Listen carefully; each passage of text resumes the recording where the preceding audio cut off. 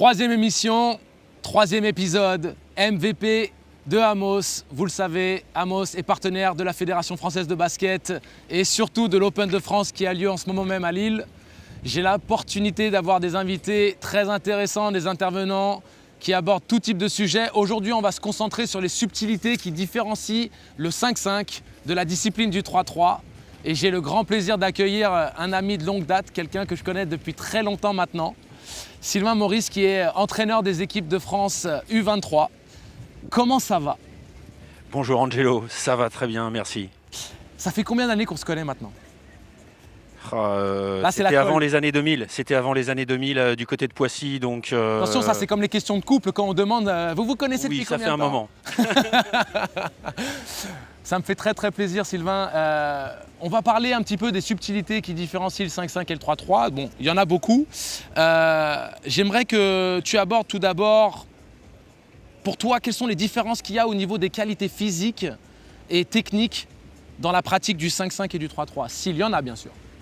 Alors oui, il y en a énormément. Alors bien sûr, le basket 3-3 reste du basket. Par contre, les dimensions du terrain et la codification des règles fait qu'il y a des choses qui changent énormément, et notamment au niveau des courses. On n'a pas de traversée de terrain, donc les courses sont toujours des courses petites, mais toujours des courses intenses. La règle aussi du fait que quand on encaisse un panier, on enchaîne le jeu, et on ne repart pas d'un check ball en haut, fait que les courses peuvent parfois être intenses et longues. Donc au niveau, le premier point, c'est qu'au niveau de l'endurance, le foncier, c'est pas le même foncier, c'est un foncier où on va être plus dans l'endurance de force avec des répétitions d'efforts un petit peu plus longs.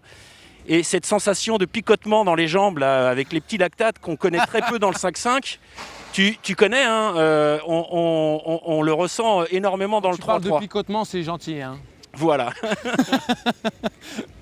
Donc ça, c'est le premier point au niveau aérobie. Et après, je pense que à très haut niveau, on cherche peut-être moins de verticalité dans l'aspect physique du jeu, ouais, mais beaucoup plus de puissance et de force. Ouais. Par rapport aux règles. Combat permanent qui aussi, je pense, influence ce que tu racontes. Exactement. Ouais. Il y a plus de... Les arbitres sont un petit peu plus permissifs dans les contacts, ce qui fait qu'il faut tenir les duels, il faut tenir les contacts, et des appuis très forts au sol et le développement de la force et de la puissance, pour moi, sont très importants à travers le 3-3. Oui. Maintenant, sur le point technique, il y a pour moi trois choses essentielles. La toute première, c'est l'adresse. C'est un sport d'adresse. Beaucoup se trompent par rapport à la mise en avant du 1 contre 1. Vous connaissez, vous avez tous fait des maths, hein, le ratio 2-3, le tir à 2 points, le tir à 3 points. Et le ratio 1 et 2, c'est pas du tout le même. Ce qui fait que l'importance de l'adresse et du tir extérieur est beaucoup plus important dans le 5-5. Sachant que c'est des temps courts, que tu t'arrêtes en 21 points, donc parfois tu n'as pas le temps. Ouais. Donc l'adresse essentielle. Et puis surtout, le 1 contre 1, on perd un petit peu cet avantage puisque les contacts sont plus permissifs, puisque les arbitres laissent jouer. Et quand on dit un peu, c'est quand même beaucoup plus. C'est aussi l'attrait de cette discipline, c'est qu'on doit avoir une stratégie encore plus élaborée. Et le 5-5 nous permet de libérer des joueurs. Le 3-3, on doit être encore plus créatif, encore plus patient parfois pour pouvoir trouver des solutions. Et c'est ça qui est quand même intéressant. J'aimerais que tu nous parles un petit peu de l'entraînement. C'est-à-dire... parle-nous de l'importance de la récupération. Bon, le vent, il est venu vraiment nous chicoter un petit peu aujourd'hui. C'est les aléas du direct. J'ai entendu un big badaboom derrière moi, là. Donc, j'imagine que ça doit être... Mais ça va, ça te tombe pas dessus, c'est de l'autre côté. C'est tout ce qui compte. Parle-nous un petit peu de l'entraînement et de l'importance de la récupération. On sait, comme tu l'as expliqué, que ce ne sont pas les mêmes efforts. Et explique-nous comment ça influence les temps de travail et les intervalles. Alors par rapport à ce qu'on fait, ce qui est important, moi quand je dis ce qu'on fait, ce sont les équipes de France, on va se caler aussi dans nos entraînements par rapport à nos compétitions. L'exemple, certaines compétitions, tu fais 1 match ou 2 matchs par jour maximum, oui. Tu la prépares pas pareil que quand tu fais une Nations League avec mes jeunes, où tu as, si tu vas en finale, ou un Open au minimum de France, 3 ou 4 matchs, ouais. 2 jours d'affilée. Oui. Donc, il y a 2 ans, par rapport à ces formats et par rapport à ce qu'on faisait, on a adapté, nous, dans notre programmation, des entraînements, toujours des entraînements plutôt courts, 1 heure et quart maximum. Par contre, je fais 3 entraînements dans la journée. J'en fais un le matin après le petit-déj où on va monter un petit peu en puissance sur la matinée. Ouais. Un dans l'après-midi où là on essaye vraiment d'être dans les conditions les plus proches du jeu, et on en fait un troisième le soir où on va peut-être être plus sur l'adresse, sur le tir, etc. On gère bien sûr les efforts, mais ce qui est important c'est que les corps s'habituent à s'échauffer plusieurs fois dans la journée Oui. sur des temps courts Tout à fait. et récupérer. Et ça passe par une programmation, parce que la récupération elle peut être différente, mais tu vas programmer tes préparations aussi en fonction du schéma de la compétition. C'est super intéressant ce que tu dis parce que je peux en témoigner. Par exemple, quand on voit le format de l'Open de France, non pas maintenant qui est, on va dire, calqué sur le système World Tour, les Masters et les Challengers, mais sur l'ancien Open de France où tu jouais toute la compétition sur une journée. Cette notion de s'échauffer, jouer, s'arrêter, se réchauffer, jouer, s'arrêter. Sur les premières années, on finit très courbaturé. On finit la journée totalement lessivé et il y a une endurance, il y a une préparation totalement différente de ce qu'on rencontre dans le 5-5. Donc c'est très, très intéressant ce que tu racontes. Et au niveau de cette préparation, c'est une discipline à part entière. C'est-à-dire que ça reste du basket, ça reste au niveau technique, on va dire le même jeu. On dribble, on passe, on défend, on est dans les duels, on shoot. Et l'adresse extérieure est de toute évidence à mettre en avant encore plus dans le 3-3 que dans le 5-5. Et on sait que dans le basket moderne, même dans le 5-5, le tir à 3 points et l'adresse extérieure maintenant avec le jeu écarté est vraiment central dans tous les systèmes, dans toutes les stratégies.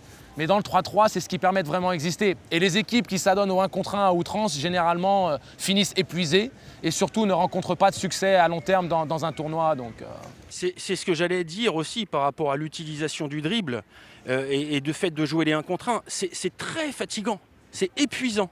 Et par rapport à ça, alors en plus, je trouve ça beaucoup plus agréable à regarder, mais on parle d'adresse.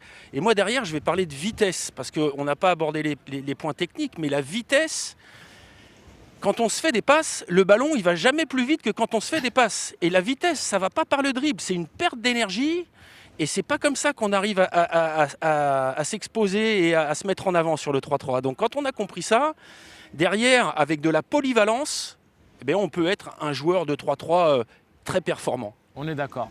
Voilà. Merci beaucoup Sylvain. Merci Angelo. Toujours un plaisir de te voir. Pareil.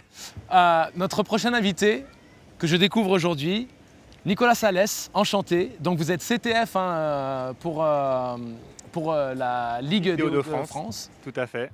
Bienvenue, merci beaucoup, merci de merci me recevoir. Effectivement, moi je suis CTF pour la Ligue des Hauts-de-France, je suis en responsabilité du pôle espoir féminin. Donc, je suis plutôt sur la formation des jeunes dans les pôles espoirs. Et donc l'introduction du 3-3 aussi dans la formation des jeunes. Super, et on va transitionner, merci, merci pour la transition. Comment est-ce que le 3-3 a été accueilli dans la région? Comment est-ce que la discipline s'installe dans cette culture du Schnorr un petit peu qui adore le basket mais sous la forme 5-5? Exactement, alors le 3-3 il commence tout doucement à prendre de plus en plus de place dans la culture plutôt des Hauts-de-France où effectivement on est beaucoup attaché au 5-5. Néanmoins nous on l'utilise de plus en plus dans la formation des jeunes, donc du coup ça se diffuse un petit peu au niveau des clubs également. C'est quelque chose qui pour nous, au travers de ce que Sylvain a évoqué tout à l'heure, notamment sur ces aspects transitionnels, oui, ces aspects de prise de responsabilité, puisque le 3-3 n'est pas coaché. Non. Voilà, donc il y a cette autonomie. Exactement. Et c'est des choses et des aspects que nous, on souhaite développer chez nos jeunes et qui sont, à notre sens, hyper intéressants à développer chez eux.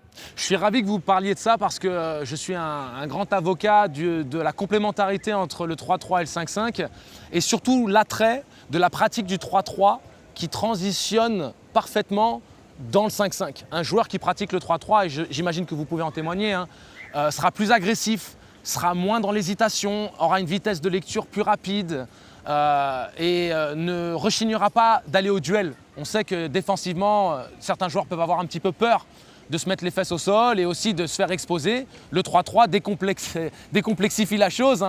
Et donc, vous pouvez parler un petit peu de,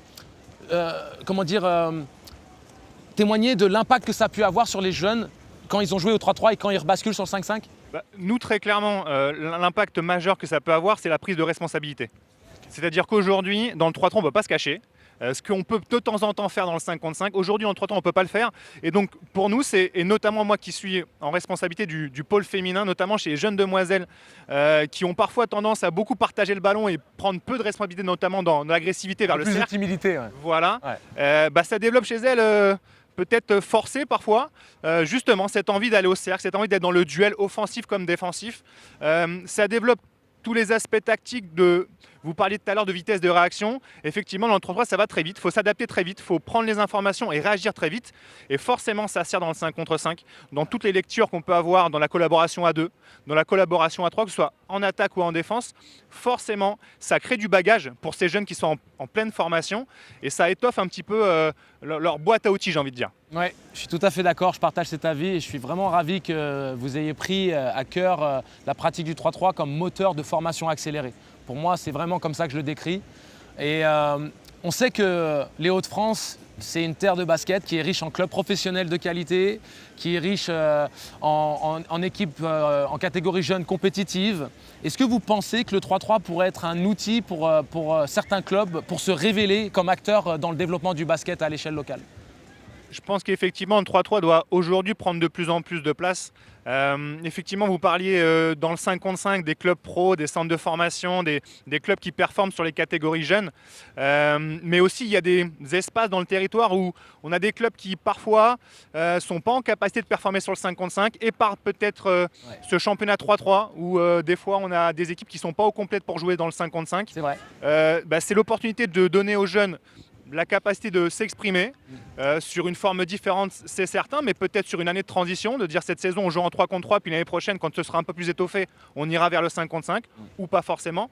Et puis parfois, sur des collaborations de clubs, il y a 2 joueurs par-ci, 4 joueurs par-là, voilà, on collabore, on travaille ensemble, et puis dans ce championnat 3-3 qui doit émerger, on trouve aussi du plaisir à jouer ensemble et à performer. Merci beaucoup Nicolas, ravi d'avoir fait votre connaissance. Ça a été un grand plaisir, merci à vous. C'est la fin de cette 3e émission. Mais n'oubliez pas qu'il y a un jeu concours parce que la générosité d'Amos est sans faille. On vous offre la possibilité de gagner un ballon dédicacé par tous nos intervenants. Un ballon bien sûr officiel, 3-3, utilisé dans les compétitions internationales, utilisé lors de la Super League, de la Coupe d'Europe qui aura lieu à Paris en septembre prochain, sur la scène du World Tour. Un ballon de qualité, tout simplement. Et pour gagner, c'est très simple. Il faut liker la page Facebook de Amos. Il faut laisser parler sa créativité et laisser en commentaire le pourquoi du comment on devrait vous le donner à vous ce ballon et taguer 3 amis. Voilà les règles du jeu. J'espère que l'émission vous a plu et on se rejoint très rapidement pour un 4e épisode. Ciao, ciao.